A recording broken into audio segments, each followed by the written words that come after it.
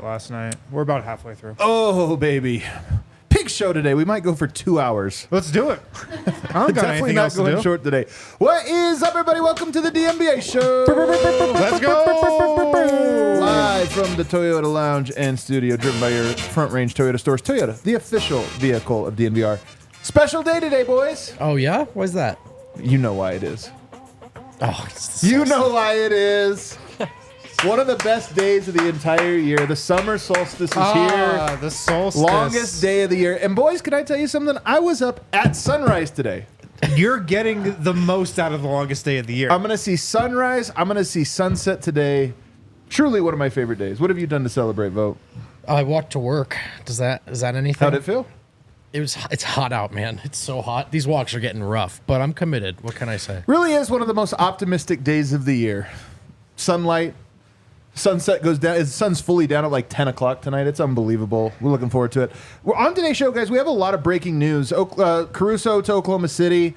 76ers not really interested in Paul George anymore. JJ Redick to the Lakers.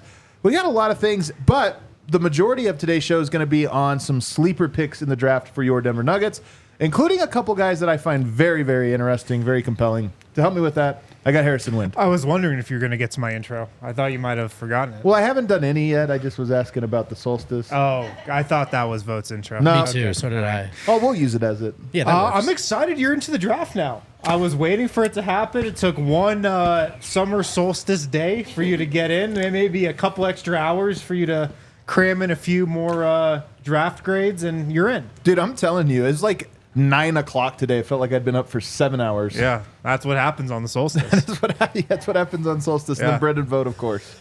Intro number 2. I don't have enough banter for 2. I led with walk to work. That was your banter? I asked Yeah. about the solstice. I thought it was the intro too, Vote. I thought it was. I the got intro. nothing, man. Yeah. All right, we start with our top story, though. Literally dropped 5 minutes before we went live just now, and that is Alex Caruso has been traded to the Oklahoma City Thunder for Josh Giddey.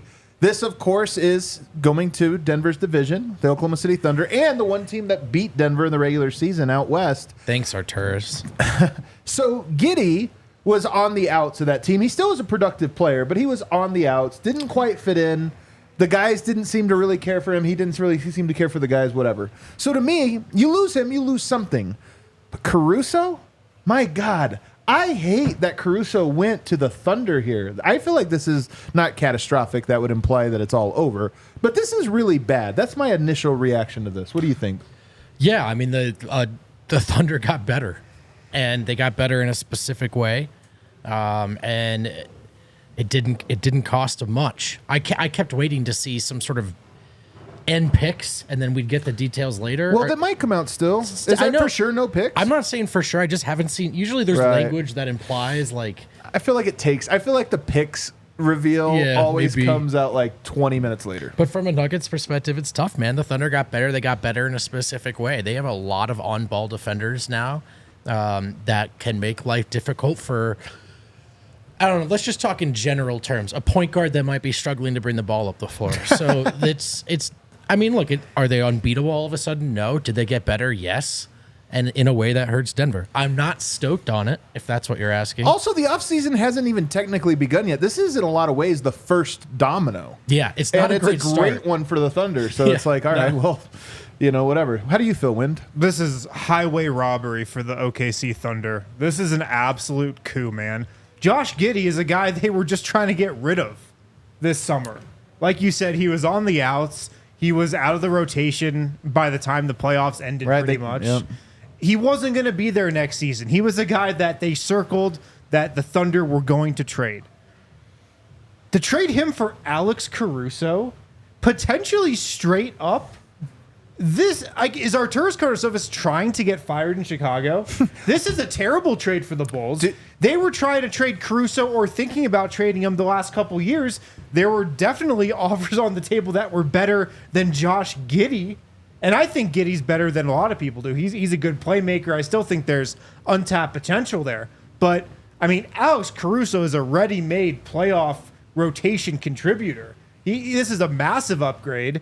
And if you think about the defenders that the Thunder have, Dort, Caruso, Cason Wallace, maybe Sam Presti just watched the Celtics win the championship with Drew Holiday and Derek White and thought, I need another one of those. And it's hardly an all-in trade if they didn't touch the picks here. I was just thinking to myself, I think any team that was in that mix last year should have watched the playoffs all the way through and thought, yeah, we can get in this. We can become a true contender if we're not already. They're a year older now. They have a ton of picks still if they want to get aggressive. I think the Thunder should view the West like a conference that they can win right now. And this is a move that certainly helps them do that. And somebody, I think it was Jay in the chat, says everyone watched Jamal the Nuggets struggle and are seeing a path through Denver. And I think there's something to this. I think that this move would have been made no matter what happened. It's a great move. But you do look at it, and to your point, you didn't even mention Shai Gilgeous-Alexander, who's a good defender. Sure. The fourth in line guy to guard to throw at him. Jaylen Williams, another good defender. Yeah. Oh, yeah, exactly. Well, he's more the big guy, winger defender or whatever. But, man, you look at that and you just go, okay, Jamal Murray struggled with Nickeil Alexander-Walker, Jaden McDaniels, Anthony Edwards. Those guys hounded him. And all the teams out west were like, that's interesting. What could we do? Dort, as good as any of those guys I just mentioned, in my opinion. Caruso, as good as any of those guys that I just mentioned. Cason Wallace, a different type of defender, but just another guy that's really good at that kind of stuff. So I look at this and I go, crap, man, if you told me right now, based on what I believe Jamal Murray will be next season, which is better than what he was this year in the playoffs, I think he'll be better. But if you told me how would he fare against that defensive lineup, I'd go, that's a lineup that's going to make him have a below-average series. And now if you're the Nuggets, you have to sign another ball handler. You absolutely have to. I will not feel comfortable if the Nuggets go into the season with Jamal Murray and Jalen Pickett backing him up. Yeah, no way. And at the 2, you have maybe KCP and then Christian Brown. Right. That's not enough ball handling at your 1 and 2 spots to potentially face this type of OKC team in the playoffs. The ball pressure got to Denver in that Minnesota series. That's the biggest reason why I think Denver was in an 0-2 hole that early. They just weren't ready for that type of aggressive ball pressure from the Timberwolves. The Thunder, they're going to do that exact same thing. So if you're the Nuggets and looking at this, I feel like the tone's changed a little bit, and maybe there's more of a priority to be placed on getting a veteran ball handler. This is another example of whenever I hate off-season speculation. Like, I enjoy talking about things when they're happening, and I enjoy kind of like, all right, let's break down players. But I hate fake trades because they are so hard to tell what's real. This is a fake trade that somebody would have proposed, and you would have gotten laughed at. I would have been like, come on. Yes. Dude, be realistic here. What else is going on? So don't laugh at my fake trade for Bogdan Bogdanovic. Exactly. Honestly. Because they got Alex Caruso for Josh Giddey. That is when you say every team's trade is always give us your best asset. For the Bulls, it's probably Caruso, given contract and everything. And we'll give you our worst one, Josh Giddey, who we don't even like. And it's like, that's the joke. Do you think every other exec in the league just called Chicago? Like, I honestly haven't even decided who I like on your roster yet, but I'm kicking the tires anyway. Here's my theory. Will you give me your picks for nothing? Tim Conley and Arturas got so pissed at the Cronkies, they're like, you know what we're going to do? Ruin the Nuggets' title odds. One piece at a time, one offseason at a time. Look, they still have a problem with offense. Caruso is not a great offensive player. Dort's not a great. They still can't defend Jokic. They can't. I mean, there's still some things there, but they no question got better, and more importantly, significantly better. Caruso was one of those guys. I never thought he was coming to Denver. Like, it just wasn't a realistic thing that Denver could put a package together. Although, maybe all of a sudden that Zeke in 28 looks kind of plus Reggie plus a first rounder probably gets you in the conversation. Gets you in the door. How do you feel about Hunter at least Tyson? Side door, but. Whenever there's a great player, a la, a guy we're going to talk about in a second, you always hope, well, just send him to the East. Send him to Orlando, someplace where we're not going to have to worry about him other than a finals. To send him in division to the one team that had a better record than you this year, that's a bummer. That's a big one. Another bummer. I'm stunned, man. We're full of bummer news today. The 76ers reportedly are losing interest in Paul George. They were a top landing spot because of all of that cap space that they had. Could have formed a big three with Maxey, Embiid, and Paul George, which to me would have been a frightening big three. The best big three you can build is a 1-3-5. Like if you just talk about positionally, would have worked there. I think it would have been interesting. But they're out. They're saying they're losing interest in part because I think Paul George just wanted to stay in the Clippers and. You don't think they just listened to the latest Podcast P episode? I think maybe there's some now they're out. Some hints about maybe what his motivations are. So worried for USA basketball in the future, man. Because that's their GOAT, by the way. But why does this matter to GOAT. Denver? Why does this matter to us? Because Philadelphia, if they're not going to spend their money on Paul George, means they have a lot of money to spend on other players. For example, one Kentavious Caldwell-Pope, who they've been rumored to have interest in. So to me, you just talk about suitors, and honestly, there's so many suitors that I don't even know if it matters. There's like 4 suitors. There's like 4, but that's a lot. Sometimes there's like 1 or 2, and you're kind of sweating bullets. But like there's only 4 real potential suitors even. Yeah, but that's a lot, man. And KCP is an in-demand player, as we mentioned yesterday. Drew Holiday and KCP both have 2 championships in the last 5 years. Only players to say that. So he's a championship piece, and everybody knows it. And while I might think that the Nuggets are losing him, to go to the 76ers... I can't stomach it if that's where he ends up. Man. So this is bad news for me. It could be bad. And why the 76ers have been the biggest threat is because they do have a ton of cap space that they need to use. And they're also the best team, like contender-wise, that has cap space. Yeah. You know, the other top teams with cap space that could offer KCP a massive bag are Orlando, Detroit, and San Antonio. Those aren't teams that are trying to win a championship next year. Orlando, though, could, in theory, again, I don't think they're going to win a championship. But I don't think they really have interest in KCP that much. Well, there you go. San Antonio also could. I mean, again, depending on what they do, who knows? But Philly is a bona fide contender. Like, they're ready to go. Maxey, Embiid, KCP. They have veterans that they're going to re-sign as well. Oubre, Lowry, etc. So they've always been viewed, I think, as the top KCP threat. And if they're losing interest in Paul George, there's not that many other free agents out there before you get to KCP, just in terms of potential fit with Philly and the role they need him to play, that make a lot of sense. So I'm definitely concerned. Yeah, for sure. And they need a guy like that. If you look at their guard depth chart after Maxey, Melton, Payne, Kyle Lowry, Buddy Hield. Well, nobody's on their roster next year. They only have like 4 players signed. They're waiting to sign this guy, whoever it might be. Daryl Morey is such an anti-Tim Conley. Cares not for chemistry or continuity or anything. Well, you can. I mean, look, Denver can play ball. This isn't a Bruce Brown situation. Like, they can play ball to some extent here if they want to also throw KCP a fat overpay or too many years or whatever it is. They can. So it is a concern. And anytime a player goes to Philly, especially a player that we like here in Denver, that's a bummer. I'm just going to push back on bona fide contenders. Let them get out of the second round first. I mean, both fair, but also like... No. They are a good team, and they're a good I don't team want that them would to have get KCP. I don't want them to have KCP. Just, JJ Redick, after a lot of finally some good news. Will he or won't he? The LA Lakers have reportedly agreed to a deal with JJ Redick. He's going to start building a staff of veteran coaches around him. Yeah, you said some good news now, huh? Well, this is just going to be a mitigated disaster. This is going to be a colossal hurricane of terrible things to start to happen to the Lakers. I have very little confidence this is going to work out. Why? What's the precedent? What's the recent precedent for a coach who has not been a coach before to go into the most high-profile coaching position in the league and for it to work out? There's no precedent for it. The Steve Nash thing in Brooklyn is the closest thing I feel like to come to this, and that was a disaster. I just can't really see this working out, especially because we know what the roster is going to be, and it's not going to be that great. And he's got the Bronny James aspect. He's going to have to coach him. It's just, I would be very discouraged if I was a Lakers fan about the whole process of how this whole coaching search played out and where it ultimately landed. I agree with that. It's not that JJ can't do this. It's just I think Wind has the right perspective in terms of precedent, and then just.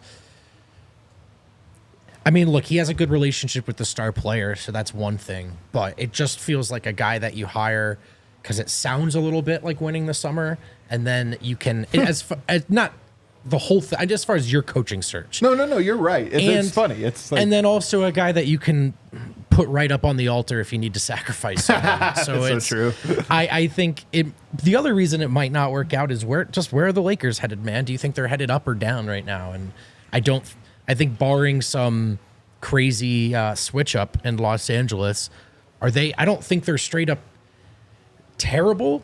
You're not prospectless when you have LeBron and AD, but I don't think they look great. I don't think they look like a contender. So there's a lot of work to do, and to Wynn's point, a lot of noise that comes along with it. It's definitely, I've told you guys this. We've talked about JJ a lot. I'm not the biggest believer as well that he's going to go in there and make this work. It does obviously feel like the LeBron move. I mean, the moment they started a podcast, it was like, hold on a second. What's going on here? But that was even before he was even talked about as a potential candidate, which is so crazy. But I'm telling you, he was talked about as a candidate once the podcast started. There were rumors, about like, hey, this is a thing.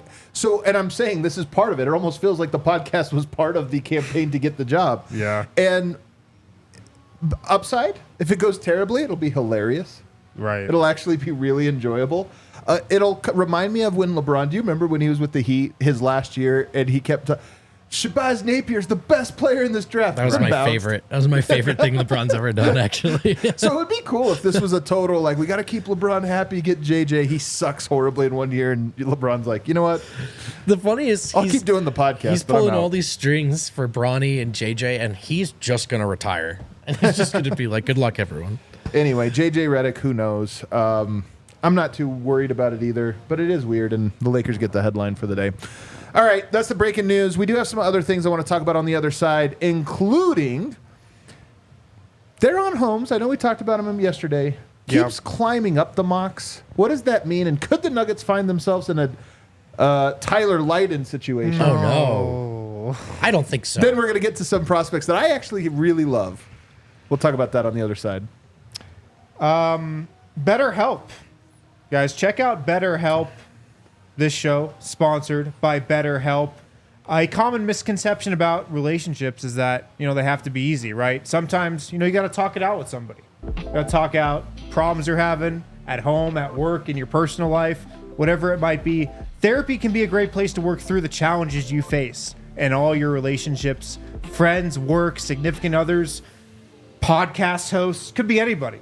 You could riff to your therapist about, who you do a podcast with. Not speaking from experience there. But if you're thinking of starting therapy, give BetterHelp a try. It's entirely online, designed to be really convenient, flexible, suited to your schedule as well. All you have to do is fill out a brief questionnaire to get matched with a licensed therapist. You can switch therapists anytime at no additional charge. But you get matched up with a therapist. You schedule your session from there. Super easy. It's online as well, not face-to-face. Really, you can do it from the comfort of your home. Become your own soulmate, whether you're looking for one or not. Visit BetterHelp.com/DNVR today. Get 10% off your first month. BetterHelp.com/DNVR. Sometimes the best ones happen when people put in the work to make themselves great. If you're thinking about therapy, give BetterHelp a shot. BetterHelp.com/DNVR. You can tell your therapist almost anything. Not what happens in Vegas, though. That's just for you and your buddies when you stay at Circa Resort and Casino, our HQ in the desert, our home away from home. Check out Circa's Stadium Swim to watch the best sports action during this summer. Are we only 3 weeks away? That doesn't seem right, but I think it's right. But I think it is. Whew. You can use code DNVR20 at checkout for 20% off, and you'll have access to Vegas's first ever adults-only casino resort. I gotta start hydrating now. The world's largest sports book, 3-story stadium style, tons of VIP seating. There's a pretty big casino as well, if that's your speed. And, of course, the aforementioned Stadium Swim, a 4,000-person capacity pool, multiple pools, really. We'll call it a wet space where you can watch your favorite games and your favorite bets play out. And of course, it's a great resort, a great home base when you're posted up in Vegas. Over 500 rooms with a variety of layouts to fit your needs. and you can elevate your evening at the Legacy Club or any one of their restaurants. Again, experience Stadium Swim and watch your favorite teams at Circa Resort and Casino. Book your stay with code DNVR20 for 20% off. I'm starting to get excited for this trip, man. I'm starting to. I don't usually get excited too far out about things. I'm excited for this one. Little blackjack. I'm keeping my energy low now so we can turn it up in about 3 weeks. Cannot wait. All right, let's continue on with some of this news. By the way, I was sitting here thinking that while Still we were doing the no break, picks reported I know. in this trade. I'll be keeping an eye on it. Here's how we should really preview every offseason. Before you go into it, just say, what are the smartest teams and what are the dumbest teams? The Bulls. Right. Oh. And then start to be like, all right, let's start fake trading there. Right. And it's like, all right, the Bulls, always one of the dumbest teams. For sure. Sam Presti and the Thunder, always one of the smartest ones. We should have sniffed this one out, to be honest with you. Real quickly, Monty Williams was fired. I don't know if we have mentioned this on any of the shows yet this week, but I don't think we had. $65 million left on his contract. You talked about Doc Rivers. I feel like Monty Williams passed him. Yeah, with one contract. It's really He retired and didn't want to coach anymore. the all-time check getting, yeah. He very publicly didn't want to coach anymore, and then he all of a sudden had a job. You're right. They were like, what if we give you this much? And He he's was like, "Are you I sure?" don't want to coach, but sure. But sure. And then he's I'm like, not going to do a good job. oh, you're firing me early? Because listen, some people would just take another assistant coaching gig somewhere. Just kick your feet up, man. Take a nap, buy a hammock, get a boat. You're good, brother. Job well done. No, job not well done, but maybe that was the point. Well, if he had gotten fired a little earlier in the offseason, maybe the Lakers could have put him in their coaching search and could have gotten another job he didn't want. He's getting paid for Guys, I three don't coaching want to jobs. coach. He just keeps getting it. What if we give you Max Christie? But Harrison, program. here's the take though I have for this. One, I think the NBA owners, there's a little club of any NBA owners, they're like frenemies, but they have to form a coalition. They have to be furious that Tom Gore said he'd pay $65 million to not have a coach. They have to look at that and be like, dude, what? Yeah. Honestly, if you think about this with Denver, for example, I mean, everybody keeps complaining because Pickett has $3 million left on his contract over 2 years. And they're like, we're stuck with that contract. Tom Gore just paid $65 million for a guy who won't coach them. All the other owners are like, bro, we needed to keep up the charade that we don't have any money. This is just proof that, money doesn't mean anything in the NBA. Like, $65 million? if you just cut a $65 million check as the Pistons owner, Yeah. As the Pistons owner. come on, man. Like, that team hasn't made any money in years. Yeah. In like 5 years. And that dude was still raking it in enough. Other side businesses, I'm sure, are helping, but to cut a $65 million check.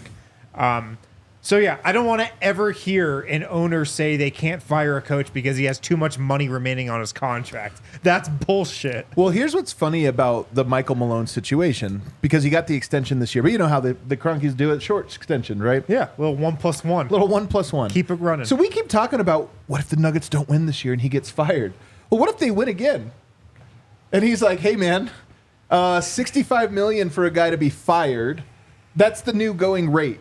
Honestly, this is part of me looks at this. Malone he's the ultimate riverboat gambler this year coming into the year. He could get fired, or he could be in prime position to negotiate his own $65 million extension. Right. Yeah, but also good luck. Good luck asking He's the like, this Cronkies for 60. podcaster's getting $8 million a year. Yeah, but also that all the precedent in the world isn't going to get you that much money from the Cronkies, man. Good luck. Yeah, maybe. And then lastly, we talked about DaRon Holmes, but you keep looking at the mocks. Everybody says that rumor is that Denver has promised him, right? Denver's promised him. And that's like, okay, there's enough smoke there. There's the most smoke we've ever seen. But then you see these other mocks that are like DaRon Holmes flying up draft boards. Yeah. So many teams interested, he could go as early as 12. So it makes me wonder, like, could this be the situation where Denver, this is what happened with the Tyler Lydon deal, where they thought they had their guy. They go into the Right. draft with the plan of like, we know what we're doing. We've already talked to everyone. We've got it. And then all of a sudden at the last second, boom, chaos. And by the way, do you remember the chaos grenade that got in the way there? I believe it was Toronto, right? Yeah, because it was OG Anunoby. Yeah, Former Masai. Nuggets, or Masai, yes, it was Masai. Former Nuggets, assistant. Could be a similar situation. what I've been thinking is that there's so much smoke with DaRon Holmes to Denver that I feel like some of this has to be a misdirection from the Nuggets. Probably is entirely. Some of it has to be that.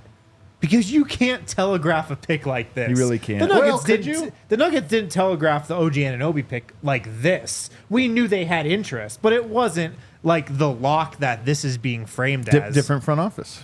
Totally different front office. Absolutely. So maybe I'm wrong, but I've got to think some of this might be, and again, I'm just speculating here. I don't know.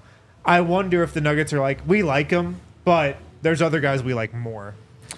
It could be. It totally could be. I will say that. This is just too much obvious smoke to be put out. And look, I think that from what I know of Cal, I don't think he's the type of guy to not have a plan B. I think I think he's a very strategic thinker. So I don't think he's a guy that's just going to vibe, through this. This is, I think, the biggest difference between Calvin and Tim is Tim kind of walked in and vibe checked day by day, and that sometimes that worked out. You know? But I think Calvin has a backup plan for the backup plan. I would that's just his process. Doesn't mean he's going to be right every time, by the way. Right, and also Tim's personality type. Tim's vibe space approach also worked out, but not the year of OG Anunoby. No, it did not. But that's the difference. That was also the ultimate heat check trade back. They could have just drafted him, but they're like, you know what? I think Tim just kind of closed his eyes. So, but I don't think Calvin will do that. Yeah. I'm just going through the Bulls roster here. Sorry, seeing if there's anybody that they can just get fleeced for. What about Lonzo the Wizards? Ball! What about the Wizards? He's on a giant contract and can't move.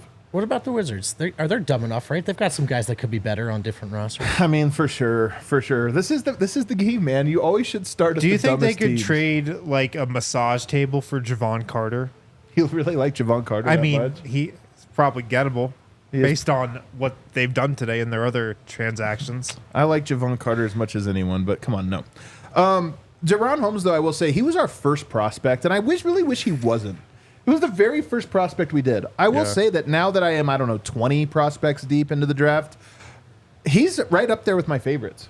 I actually like him quite a bit. We said this when we previewed him on the first day. That we actually liked him. If they could get him at 28, that's an awesome pick. Like, I wouldn't be surprised if he went higher than 28 because it seems like that's too low for him. It definitely does. Some of the guys that are right above him, I don't like at all. Like, he just seems like way too complete of a prospect to go at 28.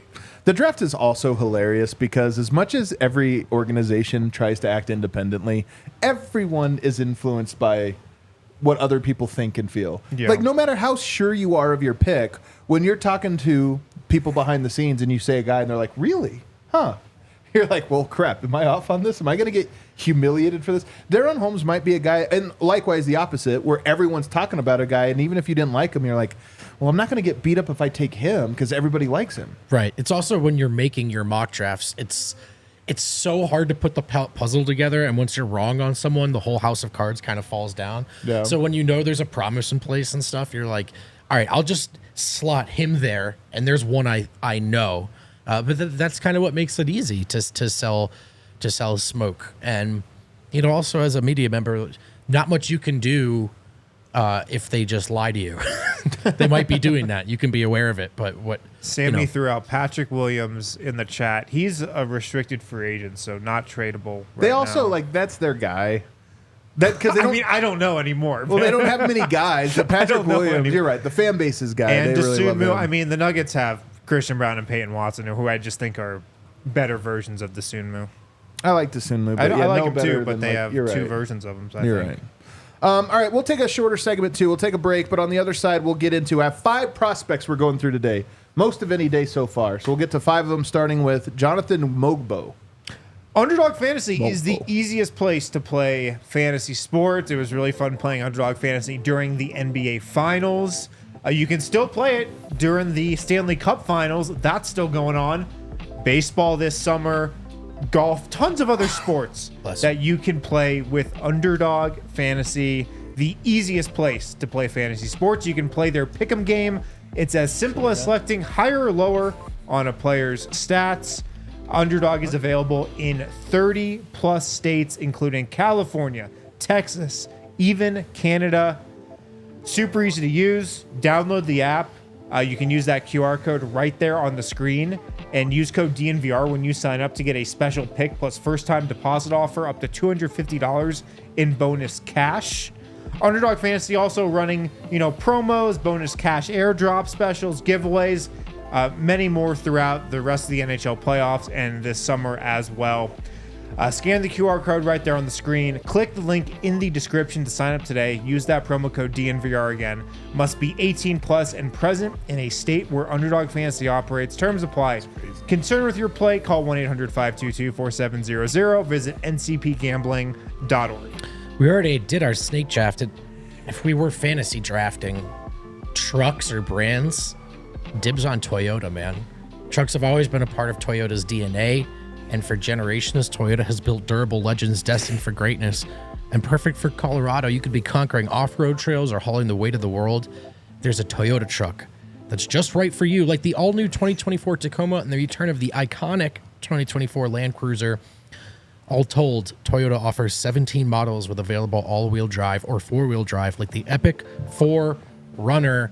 There are also 16 different hybrid vehicles to choose from, like the Tundra iForce Max hybrid truck. Toyota SUVs take command on the road and on the trail, so you can explore the road and be less traveled without sacrificing smooth city rides, baby. If that's not Denver, if that's not Colorado, I don't know what is. Visit your Front Range Toyota stores at a location near you. Auto Nation Toyota, Arapahoe and Centennial. Corwin Toyota in Boulder. Groove Toyota in Littleton. Mountain States Toyota in Denver. Stevenson Toyota East in Aurora. And Stevenson Toyota West in Lakewood. Toyota is a proud partner of the Denver Nuggets and the official vehicle of DNVR. I want the Nuggets to avoid the second apron now officially so we can get Lonzo on the buyout market. $21 million in final year. Is he year. even playing this year? I mean, I don't think so, but if he does for play, next year. No, for this year. I mean, he in theory, halfway through the year, maybe he can walk. We'll find out. Maybe. Then he could run at the end of the year. And by the end of the year, Back maybe for he's the jogging, playoffs. he's doing some stuff. I'll put him out there, man. Still not seeing any picks reported in this deal, No, by I the think way. our intern Landon is telling us officially no pick, so... Woj just posted his article on the ESPN, and there's no mention of any draft comp. Yeah, So I mean, didn't- because Woj has never been... But I don't think he's wrong on this one. Didn't our boys just throw a fit? Because didn't we just learn the Bulls turned down picks for Caruso? Bro, I can imagine the scene. I'm going to go watch it as soon as I'm done here. Those boys have to be livid. They've our been guy- dangling him at the deadline the last 2 years. Because our guy, and I'm not They've saying this held is on to wrong, him. our guy Morton was just in the chat saying, "Isn't it obvious the Bulls are tanking?" To which I Thank would God, finally. just say, should have started when the picks were offered for Caruso. Or maybe they should have gone to the team with actually too many picks I to know. seriously Right. select and spend over the next Right. several years and say, can you just give us one? No, how about Josh Giddey? Give us your worst first round pick. I love our That tourists. would be a better asset maybe than Josh Giddey. Love our tourists, but man, I don't know about him. I don't know It's about not him here. looking He's great. trying to get fired. All right, let's talk He more must about be. Nuggets, guys. I have a player. I'm falling in love with guys. Every draft, you fall in love with a handful of guys. Oh, of course. I'm falling in love with some random dudes. Jonathan Clip that, Mogbo. Alyssa. Clip it. Clip that. Definitely clip it. Jonathan Mogbo. Here's the story behind this guy. You can go ahead and pull up the sheet there, Alyssa. He was 5'9" his junior year of high school. Look at this guy right here. 6'7" wing, 6'9" in shoes, beast, just absolute unit. This guy was 5'9" and grew a ton going into his senior year, got no D1 offers. He was a guard. He grew into a guy that basically physically is Aaron Gordon. That famed mythical second growth spurt. I guess it does happen for some people. Unbelievable. That's actually incredible. But he grows a ton, gets no D1 offers. So what does he have to do? He goes to Independence Community College and comes off the bench. Powerhouse. At a JUCO, things don't go well. He transfers to another JUCO, Northwestern A&M. Then he transfers to the Missouri State. Then he transfers to University of San Francisco, where this year he averaged 14 points and 10 rebounds and 3.6 assists per game. Analytics darling, had 11.1 box plus minus. And if you watch this guy, here's what he is. Aaron Gordon body. Super athlete, above the rim, dunks everything, has a super long wingspan. Dunks everything. Has a good, nice little handle to him for a big guy. Great passer. Like, really good passer. They play through him at the elbows a lot, and he kind of turns and does the Jokic thing where he like surveys and dinks and drops it off. He's very intriguing player, has a great motor. And I just like guys that have this background. Now, he can't shoot, and his drawbacks are shooting, and then his other drawback is that he's 6'6.5", I think is what he measured without shoes. Damn. But he has a long wingspan, but he's going to be an undersized big. You know what I mean? Because if he's a 4, he can't shoot, so you have to have a stretchy 5. If he plays 5, he might be just a little undersized. Yeah, this guy's intriguing. And when I was watching his highlights, one of the things that jumped off the screen to me was his motor. Like, he plays really, really hard. He's going 100 miles per hour every minute that he's out there. Love his passing. Love his physicality, how he gets on the glass, how he battles inside in the paint. Like, he's a warrior, man. Like, he is a tough dude. And, you know, you think about him in the Nuggets system potentially. He can pass. You know, he can get others involved. He can play make a little bit. So, yeah, it's intriguing. Yeah, I mean, more athleticism is intriguing for me. Nuggets could use it. Nuggets do lack athleticism right now. You could say, as far as you got a pro comp Aaron Gordon who's already starting. You got Peyton Watson who's wing forward. Can he shoot? ? So there's a little bit of redundancy there. I mean, it's hard to work around non-shooting. I was thinking about this today. It's hard enough with Aaron Gordon, you know, as much as we love him and for everything he brings to the table and is essential to what they do well. You also end up in playoff series where, like, sometimes step one of how are we going to guard Denver? Well, we're not going to guard this guy. So, you know, that's hard to work around in the modern NBA. So, I mean, I can sell myself on more athletic pop, but as to be expected with any sort of late first round kind of pick, plenty of question marks as well. If he didn't have the passing and the handle, like just like the guard sort of skills, and it's not like he's a guard, but he has a little bit of that to his game. If it wasn't for that, I would be with you. But to me, I go, first of all, if you had 2 Aaron Gordons, would it work on Denver, especially if one's on a rookie scale contract? Of course, because then you wouldn't have to play Aaron Gordon at backup center. You'd play the other Aaron Gordon there. Yeah. And that's the role, that's right? Is your hope is that you could just play him in those minutes. And you are right, though, with Christian Brown and Peyton Watson. You can't do the Michael Malone thing and just play a bench together because that combination of players doesn't fit. But I do think there's a world where, one, he could play the Aaron Gordon role alongside Jokic, and also maybe play a little bit there next to, say, a Michael Porter at the 4. And now that's a good front court that has the spacing. And I just think that when I see a big who's, one, very unselfish and has a good feel for the game, and I think if you could give that guy to Jokic, what happened to Aaron Gordon when he came here? It's a great point. He was like, wow, I have these skills, but weren't great enough to really unlock them. But now I'm with Jokic, and it's a great point. And so I kind of like this guy, and I feel like he does have his flaws, but I feel like he's the kind of guy I would love to see if it worked out here. There's also just a world in which eventually you start to think about the Nuggets without Aaron Gordon, just cap sheet wise and how it all comes together, right? So, yes, as far as in the pipeline, guys that could be molded into approximates down the line. I think intriguing is the right word. I get the vision. I mean, him at backup center is an interesting option. He is short. He doesn't have much of an individual offensive game. Like, he's got no jumper. No, but he had like a post, like he has like an Aaron Gordon post game where he just, I didn't really love his touch though, from what I saw. And really, I think he's ambidextrous. I think he has a good finishing at the rim, around the rim. And his handle, it's good. Yeah. I don't think it's close to Aaron Gordon though. Like, Aaron Gordon, I think is a way more like skilled guy, just in terms of his individual skills. This guy, he strikes me as a more like Agent of Chaos, like doing the dirty work type of guy. He has a lot of that in him. Yeah. I think he would be more of like a baby Aaron Gordon. The way that we talk about guys like, oh, he's a baby Jokic. You're like, oh, you think he could be Jokic? No, nobody's Jokic. No. Right. I think this guy could be a baby Aaron Gordon. And when we're talking about a second rounder or potentially use somebody that Denver could use at 28, maybe. The other guy, so I really like this guy. Okay. I just am intrigued. And then I love I'm such a believer in the diamond in the rough. Jokic was a diamond in the rough. Sure. Jokic was a guy that was like 3 years ago, this guy was playing at the Y, and now he's this. I feel like this is a guy that could just be a diamond in plain sight. Ryan Dunn is the other guy here, and I think he's unlikely because he's mocked a lot higher, and most of the mocks he's well above. But I just like this guy. So you see it there, 6'6", 7'2" wingspan, crazy wingspan, super athlete. I think it was a 32-inch vertical. The guy honestly is one of the best defensive players I've seen. And the little scouting I did of him, his defense was overwhelming. It almost reminded me a little bit of Tari Eason. You remember Tari Eason when we were scouting him? How physically he just looked like he was everywhere and overwhelmed guys that weren't on his level.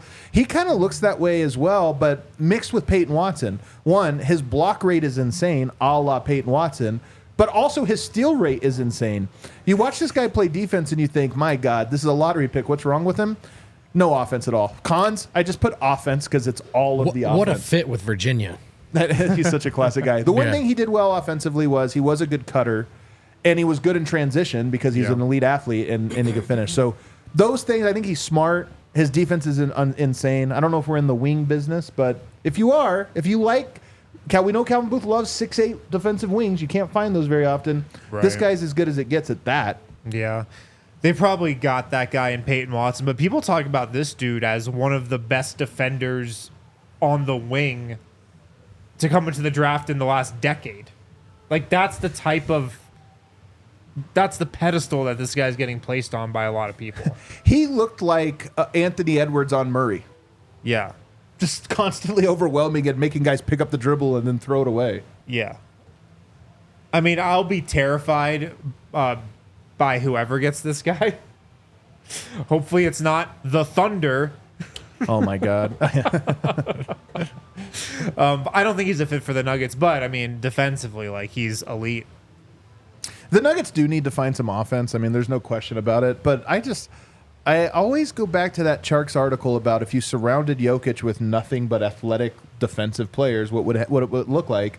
And then I also go back to the Celtics had the greatest offense of all time this year. You know what they did in the finals? Grinded out ugly defensive wins. Yeah. And I just wonder if basketball is that. Like, what you do in the regular season scoring-wise, it all just comes down to you need to have a couple players who can score when it matters, and then you just need to get stops over and over again. And this guy just looks really good, man. He looks like Thibault. He looks like Herb Jones. He looks like P. Watt. He looks more like P. Watt in that he blocks shots. What do you think about this idea? A guy with no offensive game outside of cutting. Yeah, I mean... But he's, like, unreal defensively and 6'8".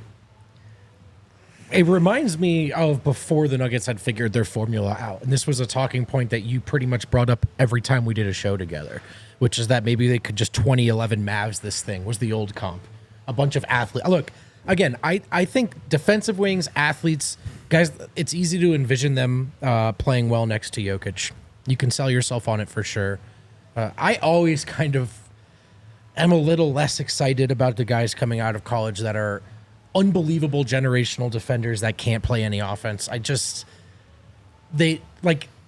know. Thibault is like a guy that you talk yourself into a lot more than he is a guy who's been awesome in the NBA. Right, yeah. You know? So I could see this kind of route for a player like this. Does that make sense? Yeah, totally. He had a game with 7 blocks, 6 blocks, 5 blocks, 5 blocks, 5 blocks, 5 blocks, and also a game with 7 steals.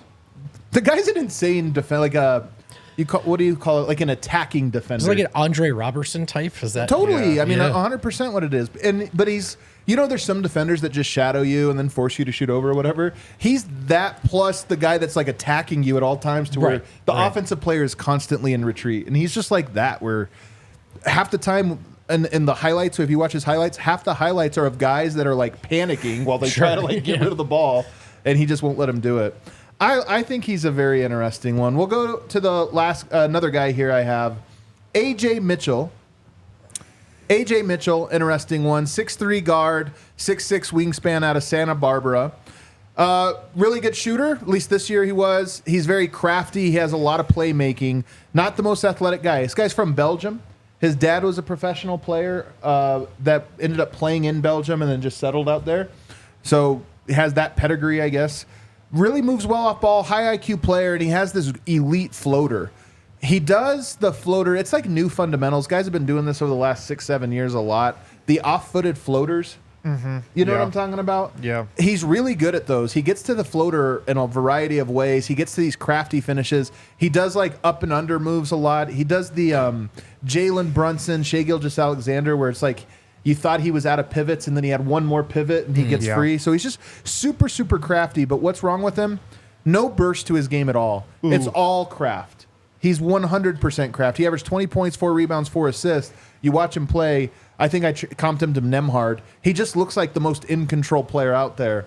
but there's no like, oh my God, that guy just blew through the lane. Yeah, we were talking about Kolick, earlier in the week, last week, and it's the craftiness thing is so fun to watch, but it can be harder for guys that are on the smaller side.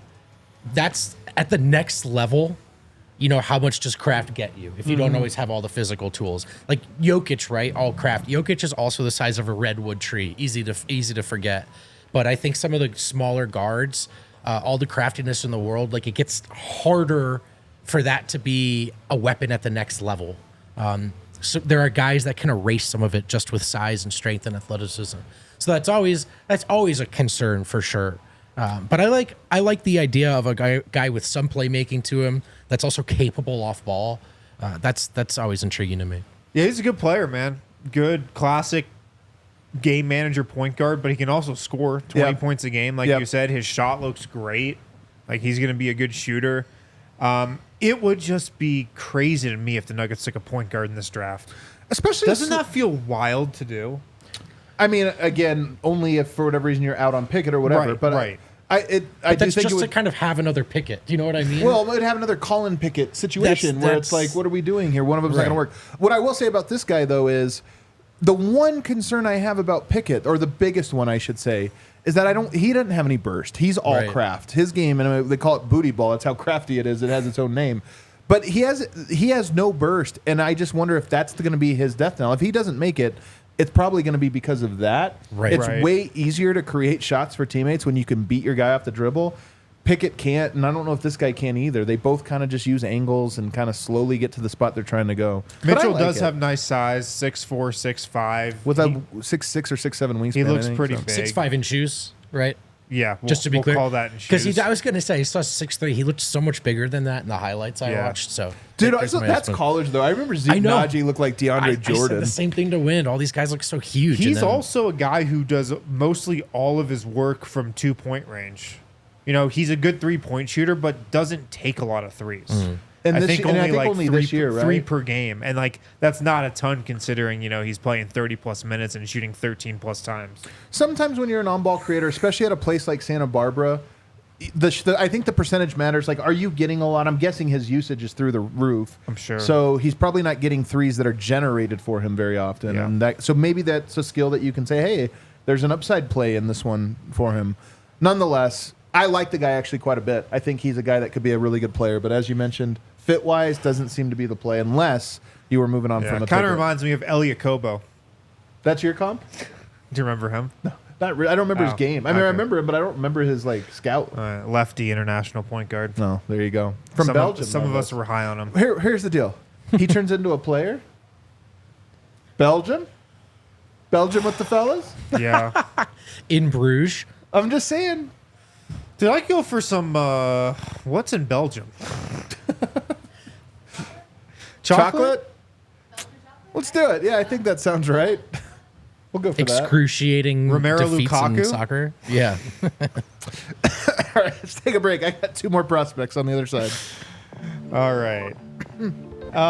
Guys, check out Vestibule. If you don't know about Vestibule, it's a brand new app, first of its kind investment app, where fans can actually invest in an athlete's career. What? Nothing. I'm buying some penny stocks on Mogbo. I feel like you get that for pretty cheap. You can get paid a portion of the athlete's income throughout it for doing so. You heard that right. Finally, real athlete stocks.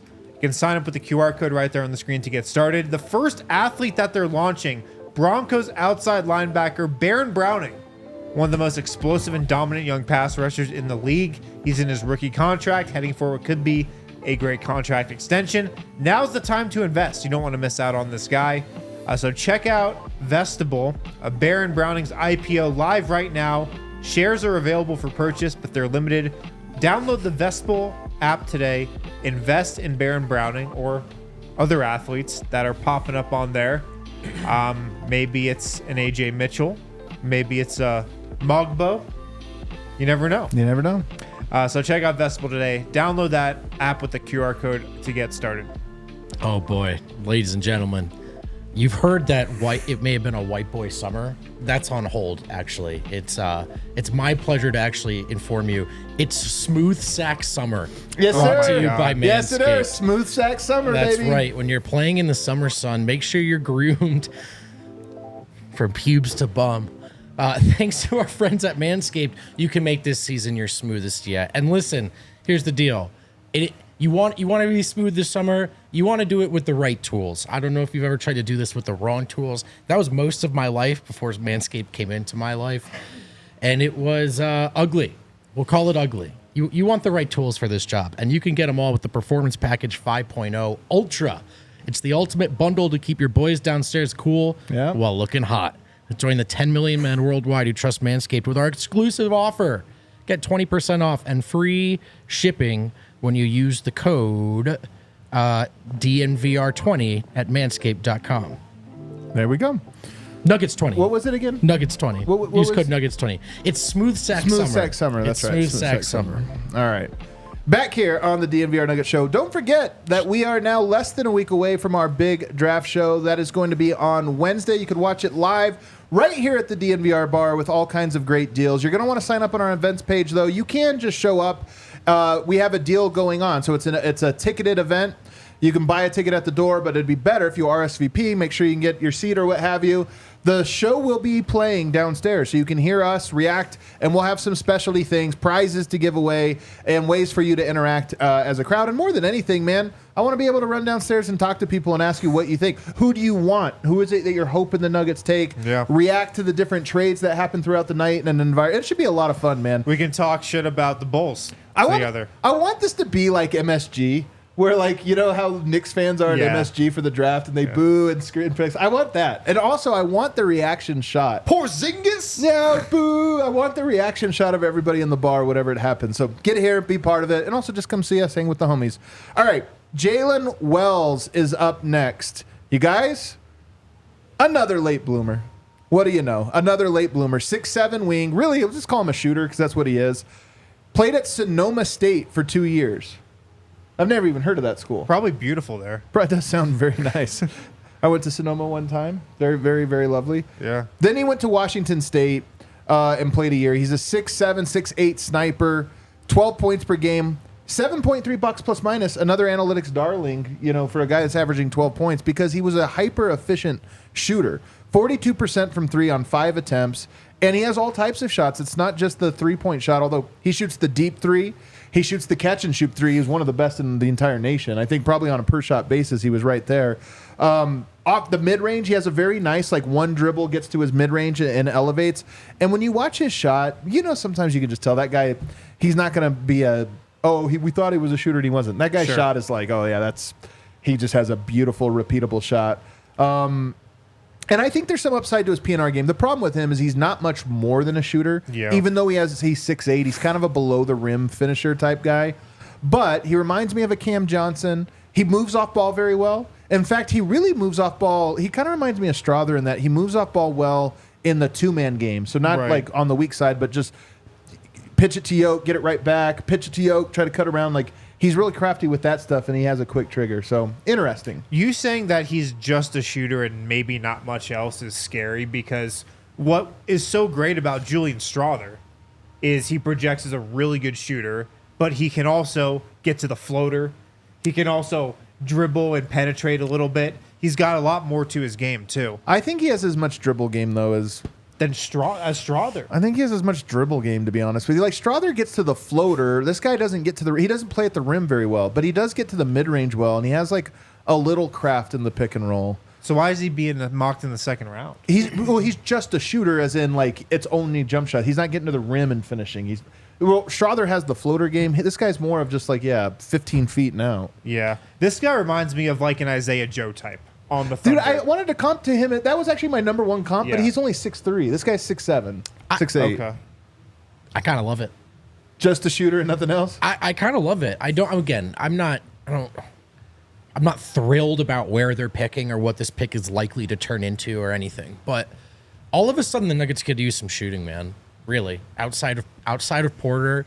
And even then, as some people have noted, there are some series where he hasn't his catch and shoot looks either. So it's Porter, it's KCP, who I think kind of fell off a cliff a little bit last year as a shooter, and Strother, who's still hypothetical. I'm not saying like this is necessarily my favorite prospect or a pick they have to make, but all of a sudden the Denver Nuggets could use some shooters. And if you just tell me taller Isaiah Joe, all right, I'm interested. He kind of I think Cam Johnson might be my favorite comp. I've seen Corey Kispert as a comp. I think I put Duncan Robinson on the sheet, but I think actually Cam Johnson might be the best in that he's really tall. It's not he moves almost like him, where Cam, he doesn't look like he moves great. But he's also so long that positionally he does his job. I think defensively he projects to be fine. Like whatever he projects Strother to be defensively, I think he projects to be that. Yeah. I just don't think he'll ever be dynamic offensively. I think he'll always be mostly taking jumpers. The way Duncan Robinson is mostly taking jumpers. Yeah. It seems it'd be kind of crazy to pick this guy at 28. I mean, second round, sure. He's projected late second, though. Yeah. So maybe a guy at 56 you could take. This total 56 pick right here. Yeah, I don't think he's a first pick guy.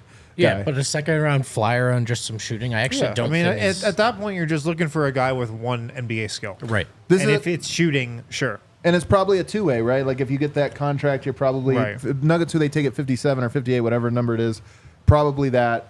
This is a guy that I just would be at least interested in. I will say this, like I said earlier, he's a guy that if you told me like if he played in the G League next year, I'd be like, 42% from three. He's gonna get threes up and he's gonna make them. That's the one thing I feel good about. I don't know if it'll be impactful, but could he go undrafted even? Is that possible? One of those guys you sign after the fact? Possible, yeah. Yeah, for sure. One more guy for you, Zyon Pullin. This is a starting point guard for Florida. 6'4" guard, 6'6" wingspan. I comped him to Monte Morris, one of the best assist-to-turnover ratios in all of college basketball. Just a pure point guard play. He can score on ball. He can shoot. He plays the point guard incredibly accurately and smoothly. Like, it looks easy. Tyus Jones or Monte Morris, the point guard position just seems to come easy to them, where everything they're doing just has a rhythm that they're not even trying. That's kind of him. It's just very mature, low mistake. He has a quick first step, but he uses a variety of moves. He's pretty crafty. He has like a ton of little moves. And then he's a good off the dribble shooter this year. Took like a lot of, pull up shots. Also, the other weird thing about him, he draws an enormous amount of fouls for a guard. Like he gets to the line a lot. Weaknesses though, he's a below the net player because he has a good first step, like quickness. But you know how Austin Rivers has a good first step, but he's not explosive? That's kind of like how he is. He has a good first step, but he's not like first step to the rim. Dunk. He's more foot to the rim, below the net layup. How's his jab step? It doesn't. What's funny is this guy actually plays a little booty ball. He has a little bit of that to him for sure. He has a little strengths booty ball. You know who the top booty ball player in the NBA is? Brunson? Jalen Brunson, man. I'm telling you, like booty ball, it sounds like it's a Pickett thing, but there are players who play booty ball. Yeah, it's a strength hiding in disguise. Yeah. He's a really, really solid player. He just doesn't have much upside. Yeah, I'm going to say no on this guy probably. He's just not the type of guard I think the Nuggets need right now. If I'm picking a point guard and I'm Denver, which I don't think they should do in this draft if they're holding on to Jalen Pickett, but if I'm selecting and finding a young point guard to put into the system, it's, a guy who is 6'4", 6'5", around this height that Zyon Pullin has, but it's an athletic, high jumper, explosive guy who can dunk on people, who's just like a top-level athlete. That's what I think the Nuggets need to add to their point guard and ball handling rotation, not a Monte Morris type. Despite the fact that this guy could be a good player, I just feel like the Nuggets need other skills and intangibles if they're going to add a point guard. What's the other thing about, like, you bring this guy in with Pickett and you're like, okay, we have two guys that they do it differently, but it's kind of the same idea. Yeah, you're sort of doing that if you're like already resigned to trading Pickett, I feel like, you know. So again, there's some contradiction. I want more ball handling and I want point guards in the system. Like I want some sort of long-term plan for point guard, but I don't think any of them, like I don't think Pickett really, or any option coming out of this draft, makes you feel great about this immediate upcoming year's point guard spot. And so that's where it just feels like if you're addressing it, it has to be some sort of veteran through free agency or trade. So, but again, at the same time, it feels weird to keep passing on all these guys, as I felt like they do need some ball handling, but just preferably older and more ready to go. Ironically, anytime we talk about late second, this is a second round pick. This is Denver's second round pick. Yeah. If you don't get him, you could always, then those guys all become G League prospects, and I wouldn't mind him being in the call and roll, but it would be hilarious to have another point guard that Malone's looking at, or not even a two-way. Maybe it's just he's on the Grand Rapids team, like he didn't get drafted, and now you're just trying to play him and see what he's got. Yeah, Zyon Pullin actually from Grand Rapids. Is he really? No. Oh. I was like, what a coincidence. Insane. All right, we got some super chats. Macaharu. Something. Macaharu. Macaroon. Sleepers. Hunter Salis. Nikola Jurcic. Kevin McCullough Jr. and maybe Hunter Tyson's old teammate PJ Hall. Dude, everybody loved PJ Hall in the tournament. Remember, that was the guy everybody was wanting Denver to get. He's the guy we haven't talked about, but I mean, he just looks too much like Hunter Tyson for me to pick him. And he also played at Clemson. That's funny. Josh he's good. Bonnet from Down Under. From 33.8 south. What? Is that an S? This looks like some coordinates here. 151 east to 39.7 north, 104.9 west. Happy solstice. Happy solstice. Happy solstice, Josh from Down Under. Cedric Exquisite. No, Adam. We need a good backup point guard. No, Adam. I don't even know what that's in reference to, but all right. Well, which point guard do you think that was? Cedric's probably talking to me because I am out on the backup point guard. Cedric, also, any opinion if we get Derek White? I mean, yeah, that'd be awesome. Not possible, unfortunately. Yeah. Not possible. I mean, making way too much money. Be the best thing that ever happened. Yeah. Austin Ness, love Ryan Dunn, especially if you need to trade Watson instead of extend him next year. He's a dog. Everyone would be terrified of him. And P-Swap. I'm telling you, man, there's something to like, all right, give me a Jokic, Christian Brown, P-Watt, Dunn lineup. Yoke's going to carry, and then Michael Porter or something. Like, Yoke will carry the scoring. You're not scoring on that lineup. They're going to guard you like crazy. They're going to get steals and everything else. I mean, didn't we just kind of see what would happen if that was the case with nobody being able to hit threes versus Minnesota? But that wasn't a defensive lineup. That wasn't like all defensive dogs. I know, but like they couldn't score with that lineup that they had out there. Yeah, a little more defense though, a little more juice. All right, hit that outro music. Everybody, thanks for hanging out with us. We are off tomorrow because we have our DNVR golf event. Hell yeah! I'm going to be golfing tomorrow, boys. Nice. Can't wait. I'm very excited for that. So we're going to be doing that. Links. Nice little 3-day break. But don't forget, next week on Wednesday, we have our live show. Come to the DNVR bar and check it out. If you're not coming here, you're going to want to tune in. Let everybody know. Yeah, we'll see you then. We all silly like the mayor.